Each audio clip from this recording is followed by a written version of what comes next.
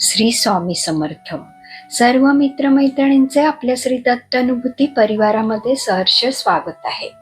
स्वामींची कृपा तुमच्यावर निरंतर राहू दे. आज आपण स्वामी भक्त श्री गोपाळबुवा केळकर लिखित बखरीतील बखर क्रमांक 190 ऐकणार आहोत. पण त्यापूर्वी तुम्हाला एक विनंती करते की आपल्या श्री दत्तानुभूती या चॅनलला सबस्क्राईब जरूर करा, शेअर, लाईक, कमेंट्स करायला विसरू नका. आणि तुमच्याकडेही दैवी अनुभव असतील तर ते स्क्रीनवर दिलेल्या नंबरवर व्हॉट्सअप करा. आपण ते हजारो भक्तांपर्यंत पोहोचूया, भक्तीचा प्रसार करूया आणि आनंद पसरूया. श्री स्वामी समर्थ.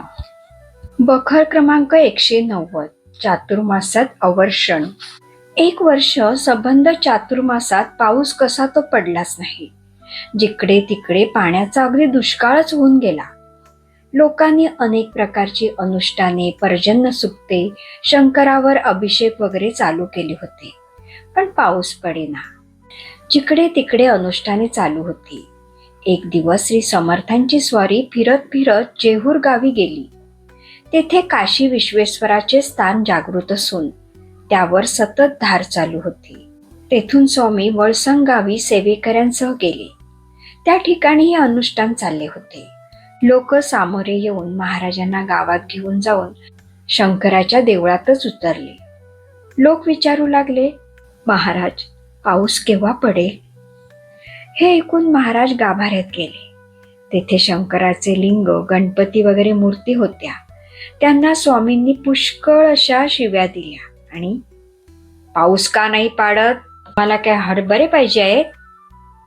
असे म्हणून एकाला हरभरे आणण्यास सांगितले. आणलेले हरभरे घेऊन आपल्या मुठीने देवाच्या मूर्तीवर फेकून देऊन तेथून जाऊन स्वामी धर्मशाळेत बसले. मध्ये सुमारे अर्धा तास गेला नसेल तो प्रचंड वारा सुटला. मोठमोठे ढग आकाशात दिसू लागले आणि मोठा गडगडाट होऊन जिकडे तिकडे मुसळधार पाऊस पडू लागला. तो 3 कोस आसपास 3 दिवस सारखा पडतच होता. जिकडे तिकडे पाणीच पाणी होऊन गेले. आसपासचे बरेच लोक स्वामींच्या दर्शनाकरता आले. लोकांचा मोठा समुदाय जमा झाला. सर्वांनी दर्शन घेऊन महाराजांची षोडशोपचारे यथासांग पूजा करून आरती केली. हात जोडून सर्व प्रार्थना करू लागले की, हे भगवान, हे सच्चिदानंद, हे विश्वपती, हे अनाथनाथ, हे कारुण्य सागर, हरभऱ्याचे निमित्त करून पुष्कळ वृष्टी करविली.